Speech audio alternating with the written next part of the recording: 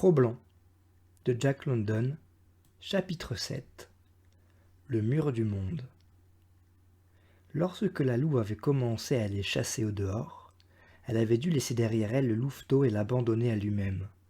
Non seulement elle lui avait inculqué à coups de nez et à coups de patte l'interdiction de s'approcher de l'entrée de la caverne, mais une crainte spontanée était intervenue chez lui pour le détourner de sortir. Jamais, dans la courte vie qu'il avait vécue dans la tanière, il n'avait rien rencontré qui pût l'effrayer. Et cependant, la crainte était en lui. Elle lui venait d'un atavisme ancestral et lointain, à travers des milliers et des milliers de vies. C'était un héritage qu'il tenait directement de son père et de la louve. Mais ceux-ci l'avaient à leur tour reçu par échelons successifs de toutes les générations de loups disparus avant eux. Crainte, legs du wild, auquel nul animal ne peut se soustraire. Bref, le louveteau gris connut la crainte avant de savoir quelle étoffe elle était faite. Sans doute la mettait-il au nombre des inévitables restrictions de l'existence dont il avait eu déjà la notion. Son dur emprisonnement dans la caverne, la rude bousculade de sa mère quand il se risquait à vouloir sortir, la faim inapaisée de plusieurs famines, autant de choses qui lui avaient enseigné que tout n'était pas liberté dans le monde. Il y a pour la vie des limites et des contraintes. Obéir à cette loi, c'était échapper au coup et travailler pour son bonheur. Sans raisonner comme lui fait un homme, il se contentait d'une classification simpliste, ce qui heurte et ce qui ne se heurte pas. Et, en conclusion, éviter ce qui est classé dans la première catégorie afin de pouvoir jouir de ce qui est classé dans la seconde. Tant par soumission à sa mère que par cette crainte imprécise et innommée qui pesait sur lui, il se tenait donc éloigné de l'ouverture de la caserne, qui demeurait pour lui un blanc mur de lumière. Quand la louve était absente, il dormait la plupart du temps. Dans les intervalles de son long sommeil, il restait très tranquille, réprimant les cris plaintifs qui lui gonflaient la gorge et contractaient son museau. Une fois, comme il était couché tout éveillé, il entendit un son bizarre qui venait du mur blanc. C'était un glouton qui, tremblant de sa propre audace, se tenait sur le seuil de la caverne, reniflant avec précaution ce que celle-ci pouvait contenir. Le louveteau, ignorant du glouton, savait seulement que ce reniflement était étrange, qu'il était quelque chose de non classé et par suite un inconnu redoutable. Car l'inconnu est un des principaux éléments de la peur. Le poil se hérissa sur le dos du louveteau gris, mais il se hérissa en silence, tangible expression de son effroi. Pourtant, quoique, au paroxysme de la terreur, le louveteau demeurait couché sans faire un mouvement ni aucun bruit, glacé, pétrifié dans son immobilité, mort en apparence. Sa mère, rentrant au logis, se mit à gronder en sentant la trace du glouton et bondit dans la caverne. Elle lécha son petit et le pétrit du nez avec une véhémence inaccoutumée d'affection. Le louveteau comprit vaguement qu'il avait échappé à un grand danger. D'autres forces contraires étaient aussi en gestation chez le louveteau, dont la principale était la poussée de croître et de vivre. L'instinct et la loi commandaient d'obéir. Croître et vivre lui inculquaient la désobéissance. Car la vie, c'est la recherche de la lumière, et nulle défense ne pouvait tenir contre ce flux qui montait en lui avec chaque bouchée de viande qu'il avalait, chaque bouffée d'air qu'il respirait. Si bien qu'à la fin, crainte et obéissance se trouvèrent balayées et le louveteau rampait vers l'ouverture de la caverne.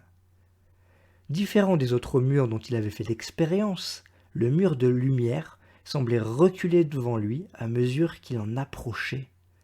Nulle surface dure ne froissait le tendre petit museau qu'il avançait prudemment. La substance du mur semblait perméable et bienveillante. Il entrait dedans, il se baignait dans ce qu'il avait cru de la matière. Il en était tout confondu, à mesure qu'il rampait à travers ce qui lui avait paru une substance solide, la lumière devenait plus luisante. La crainte l'incitait à revenir en arrière, mais la poussée de vivre l'entraînait en avant. Soudain, il se trouva au débouché de la caverne. Le mur derrière lequel il s'imaginait captif avait sauté devant lui et reculé à l'infini. En même temps, l'éclat de la lumière se faisait cruel et l'éblouissait, tandis qu'il était comme ahuri par cette abrupte et effrayante extension de l'espace. Automatiquement, ses yeux s'ajustèrent à la clarté et mirent au point la vision des objets de la distance accrue. Et non seulement le mur avait glissé devant ses yeux, mais son aspect s'était aussi modifié. C'était maintenant un mur tout bariolé, son composant des arbres que bordait le torrent, de la montagne opposée qui dominait les arbres et du ciel qui dominait la montagne. Une nouvelle crainte s'abattit sur le louveteau, car tout ceci était encore plus du terrible inconnu. S'accroupissant sur le rebord de la caverne, il regarda le monde. Ses poils se dressèrent, et devant cette hostilité qu'il soupçonnait, ses lèvres contractées laissèrent échapper un grondement féroce et menaçant. De sa petitesse et de sa frayeur, il jetait son défi à l'immense univers. Rien ne se passait d'anormal. Il continuait à regarder et, intéressé, il en oubliait de gronder. Il oublia aussi qu'il avait peur. Ce furent d'abord les objets, le plus rapproché de lui qu'il remarqua. Une partie découverte du torrent qui étincelait au soleil. Un sapin desséché, encore debout, qui se dressait au bas de la pente du ravin, et cette pente elle-même qui montait droit jusqu'à lui et s'arrêtait à 2 pieds du rebord de la caverne où il était accroupi. Jusqu'à maintenant, le louveteau avait toujours vécu sur un sol plat. N'en ayant jamais fait l'expérience, il ignorait ce qu'était une chute. Ayant donc désiré s'avancer plus loin, il se mit hardiment à marcher. Ses pattes devant se posèrent dans le vide, tandis que celles de derrière demeuraient en place. En sorte qu'il tomba la tête en bas, le sol le heurta fortement au museau, lui tirant un gémissement. Puis il commença à rouler vers le bas de la pente en tournant sur lui-même. Une terreur folle s'empara de lui. L'inconnu l'avait brutalement saisi et ne le lâchait plus. Sans doute allait-il le briser en quelque catastrophe effroyable. Du coup, la crainte avait mis la poussée vitale en déroute et le louveteau jappait comme un petit chien apeuré. Mais la pente devenait peu à peu moins raide, la base en était couverte de gazon et le louveteau arriva finalement à un terre-plein où il s'arrêta. Il jeta un dernier gémissement de terreur, puis un long cri d'appel. Après quoi, comme un acte des plus naturels et qu'il eut accompli maintes fois déjà dans sa vie, il procéda à sa toilette, se léchant avec soin pour ne pas se débarrasser de l'argile qui le souillait. Cette opération terminée, il s'assit sur son train de derrière et recommença à regarder autour de lui comme pourrait le faire le premier homme qui débarquait sur la planète Mars. Le louveteau avait brisé le mur du monde. L'inconnu avait pour lui desserré son étreinte. Il était là, sans aucun mal. Mais le premier homme débarqué sur Mars se fut aventuré en ce monde nouveau moins tranquillement que ne le fut l'animal. Sans préjugés ni connaissance aucune de ce qui pouvait exister, le louveteau s'improvisait un parfait explorateur. Il était tout à la curiosité. Il examinait l'herbe qu'il portait, les mousses et les plantes qui l'entouraient. Il inspectait le tronc mort du sapin qui s'élevait en bordure de la clairière. Un écureuil qui courait autour du tronc bosselé vint le heurter en plein fouet, ce qui lui fut un renouveau de frayeur. Il se recula et gronda, mais l'écureuil avait eu moins peur que lui et escalada rapidement le faîte de l'arbre d'où il se mit à pousser des piaulements sauvages. Le louveteau en reprit courage et en dépit d'un pivert qu'il rencontra et qui lui donna le frisson, il poursuivit son chemin avec confiance. Telle était cette confiance en lui qu'un oiseau des élans s'était imprudemment abattu sur sa tête. Il n'hésita pas à vouloir le chasser de la patte. Son geste lui valut un coup de bec sur le nez et il en tomba sur son derrière en hurlant. Ses hurlements effarèrent à son tour l'oiseau des élans qui se sauva à tire d'aile. Le louveteau prenait de l'expérience. Tout embrumé, son jeune esprit se livrait à une inconsciente classification. Il y avait des choses vivantes et des choses non vivantes. Des premières, il convenait de se garder. Les secondes demeuraient toujours à la même place, tandis que les autres allaient et venaient, et l'on ignorait ce que l'on pouvait en attendre. À cet inattendu, il convenait d'être prêt. Il cheminait avec maladresse. Une branche, dont il avait mal calculé la distance, lui heurta l'œil. L'instant d'après, on lui raclait les côtes. Le sol inégal le faisait choir en avant ou en arrière. Il se cognait la tête ou se tordait la patte. C'étaient ensuite les cailloux et les pierrailles qui basculaient sous lui quand il marchait dessus. Et il en conclut que les choses non vivantes n'ont pas toutes la même fixité que les parois de sa caverne. Puis, encore, que les menus objets sont moins stables que les gros. Mais chacune de ces mésaventures continuait son éducation. À chaque pas, il s'ajustait mieux au monde ambiant. C'était la joie d'un début. Né pour être un chasseur de viande, quoiqu'il l'ignorât, il tomba à l'improviste sur de la viande dès son premier pas dans l'univers.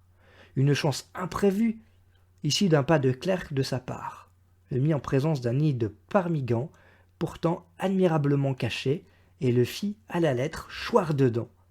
Il s'était essayé à marcher sur un arbre déraciné dont le tronc était couché sur le sol.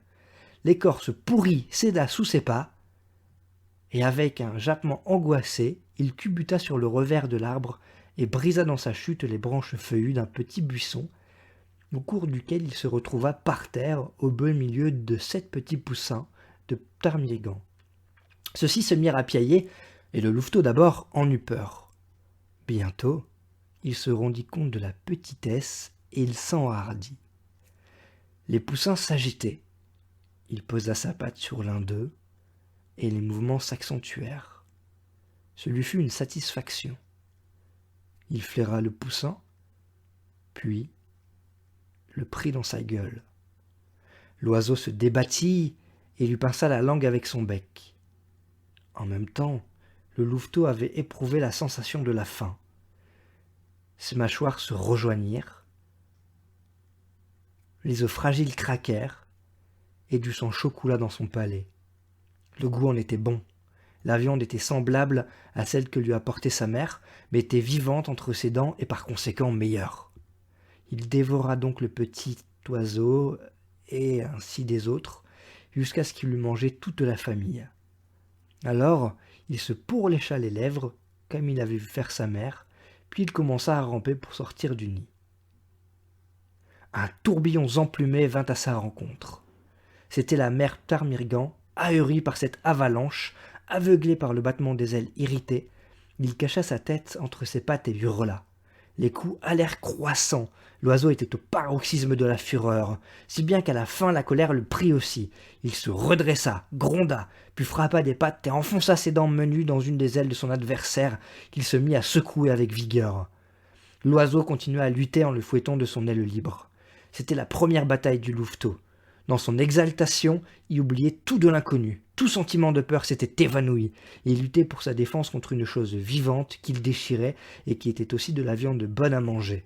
Le bonheur de tuer était en lui. Après avoir détruit de petits êtres vivants, il voulait maintenant en détruire un grand. Il était trop affairé et trop heureux pour savoir qu'il était heureux. Frémissant, il s'enivrait de marcher dans une voie nouvelle où s'élargissait tout son passé. Tout en grondant avec ses dents serrées, il tenait l'herbe ferme de la mère ptarmigan qui la traîna hors du buisson. Puis essaya de l'y repousser afin de s'y mettre à l'abri. Tandis qu'il la tirait à son tour vers l'espace libre, les plumes volaient comme une neige. Au bout de quelques instants, l'oiseau parut cesser la lutte. Il le tenait encore par l'aile, et tous deux, aplatis sur le sol, se regardèrent. Le ptarmigan le piqua du bec sur son museau endolori déjà dans les précédentes aventures. Il ferma les yeux sans lâcher prise. Les coups de bec redoublèrent sur le malheureux museau. Alors il tenta de reculer, mais oubliant qu'il tenait l'aile dans sa mâchoire, il emmenait à sa suite le ptarmigan, et la pluie de coups tombait de plus en plus drue. Le flux belliqueux s'éteignit chez le louveteau qui, relâchant sa proie, tourna casaque et décampa en une peu glorieuse retraite. Pour se reposer, il se coucha non loin du buisson, la langue pendante, la poitrine haletante, son museau endolori lui arrachant de perpétuels gémissements. Comme il gisait là, il éprouva soudain la sensation que quelque chose de terrible était suspendu dans l'air au-dessus de sa tête.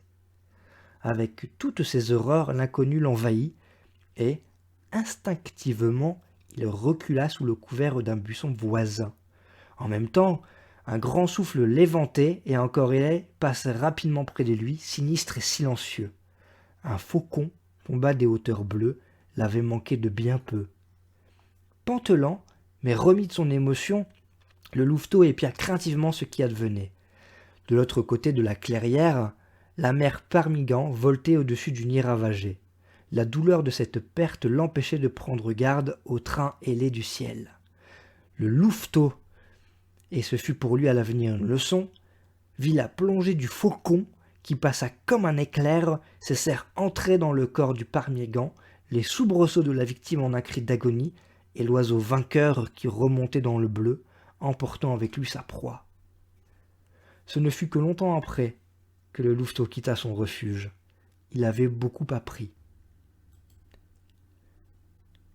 Les choses vivantes étaient de la viande, et elles étaient bonnes à manger. Mais aussi les choses vivantes, quand elles étaient assez grosses, pouvaient donner des coups.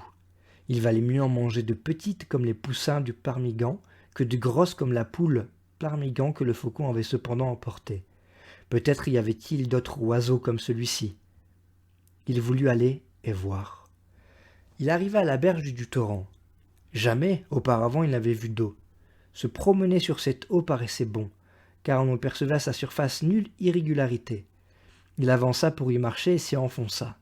Hurlant d'effroi, repris une fois encore par la tenaille de l'inconnu, c'était froid et il étouffait. Il ouvrit la gueule pour respirer. L'eau se précipita dans ses poumons au lieu de l'air qu'il avait coutume de répandre à l'acte respiratoire. La suffocation qu'il éprouvait était pour lui l'angoisse de la mort. Elle était, lui semblait-il, la mort même. Il n'avait pas une conscience exacte de celle-ci, mais, comme tout animal du wild, il en possédait l'instinct. Cette épreuve lui parut la plus imprévue des chocs qu'il avait encore supportés. L'essence de l'inconnu et la somme de ses terreurs, la suprême catastrophe que dépassait son imagination et dont, ignorant tout, il redoutait tout.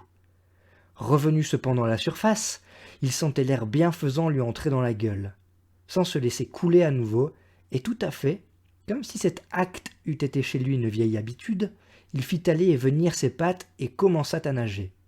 La berge qu'il avait quittée et qui était la plus proche de lui se trouvait à 1 mètre de distance. Mais remonté à la surface, le dos tourné à cette berge, ce fut la berge opposée qui frappa d'abord son regard et vers laquelle il nagea. Peu important en lui-même, le torrent s'élargissait à cet endroit en un bassin tranquille d'une centaine de pieds. Au milieu, le courant continuait sa course rapide et le happant au passage entraîna le louveteau. Maintenant nager ne servirait plus à rien. L'eau calme devenue soudain furieuse le roulait avec elle. Tantôt au fond du torrent, tantôt à la surface, emporté, retourné sans dessus-dessous, encore et encore lancé contre le rocher, il gémissait lamentablement à chaque heurte qui marquait sa course. Plus bas, et succédant rapide, s'étendait un second bassin, aussi paisible que le premier, et où le louveteau, porté par le flot, fut finalement déposé sur le lit de gravier de la berge. Il s'y ébroua avec frénésie. Son éducation sur le monde s'était enrichie d'une leçon de plus. L'eau n'était pas vivante, et cependant elle se mouvait. Elle paraissait aussi solide que la terre, mais elle n'était pas du tout solide. Conclusion, les choses ne sont pas toujours ce qu'elles semblent être. Il convint, en dépit de leur apparence, d'être à leur encontre en un perpétuel soupçon, de ne jamais s'y reposer avant d'en avoir vérifié la réalité. La crainte de l'inconnu, qui était chez lui une défiance héréditaire, se renforçait désormais de l'expérience acquise. Une autre aventure l'attendait encore ce jour-là. Il avait remarqué que rien dans le monde ne valait sa mère, et il sentait grandir en lui le désir d'être auprès d'elle. Comme son corps, son petit cerveau était las. Il avait eu à supporter plus de luttes et de peines en un seul jour qu'en tous ceux qu'il avait vécus jusqu'alors. De plus, il tombait de sommeil. Ainsi se mit-il en route. en proie à une impression de solitude et de cruel abandon. Afin de regagner la caverne, il d'y retrouver sa mère. Il rampait sous quelques broussailles quand il entendit un cri aigu qui l'intimida fort. Rapide, une lueur jaunâtre passa en même temps devant ses yeux. Il regarda et aperçut une belette. C'était une petite chose vivante dont il pensa qu'il n'avait pas à avoir peur. Puis, près de lui, presque entre ses pattes, se mouvait une autre chose vivante. Celle-là, extrêmement petite, longue seulement de quelques pouces, une jeune belette qui, comme lui-même, désobéissant à sa mère, s'en allait à l'aventure. À son aspect, elle essaya de s'échapper, mais il la retourna d'un coup de patte. Elle fit entendre alors un cri bizarre et strident, auquel répondit le cri aigu de tout à l'heure, et une seconde ne s'était pas écoulée que la lueur jaunâtre reparaissait devant les yeux du louveteau. Il perçut simultanément un choc sur le côté du cou et sentit les dents acérées de la mère belette qui s'enfonçait dans sa chair. Tandis qu'il glapissait, geignait et se jetait en arrière, la mère belette sauta sur sa progéniture et disparut avec elle dans l'épaisseur du fourré. Le louveteau s'était moins la douleur de sa blessure que l'étonnement de cette agression. Quoi ? Cette mère belette était si petite et si féroce ? Il ignorait que, relativement à sa taille et à son poids, la belette était le plus vindicatif et le plus redoutable de tous les tueurs du Wild. Mais il n'allait pas tarder à la prendre à ses dépens. Il gémissait encore lorsque revint la mère belette. Maintenant que sa progéniture était en sûreté, elle ne bondit pas sur lui. Elle approchait avec précaution, et le louveteau eut tout le temps d'observer son corps mince et long, onduleux comme celui du serpent, dont elle avait également la tête ardente et dressée. Son cri aigu et agressif fit se hérisser les poils sur le dos du louveteau, tandis qu'il grondait, menaçant lui aussi. Elle approcha plus près encore. Puis il eut un saut, si rapide que la vue inexercée du louveteau ne put le suivre, et le mince corps jaune disparut, durant un moment, du champ de son regard, mais déjà la belette s'était attachée à sa gorge, ensevelissant ses dents dans le poil et dans la chair. Il tenta d'abord de gronder et de combattre, mais il était trop jeune et c'était sa première sortie dans le monde. Son grondement se muant en plainte, son combat en effort pour s'échapper. La belette ne détendait pas sa morsure suspendue à cette gorge, elle le fouillait de ses dents, pour y trouver la grosse veine où bouillonnait le sang de la vie, car c'était surtout là qu'elle aimait à boire. Le louveteau allait mourir, et nous n'aurions pas eu à raconter son histoire si la mère louve n'était accourue.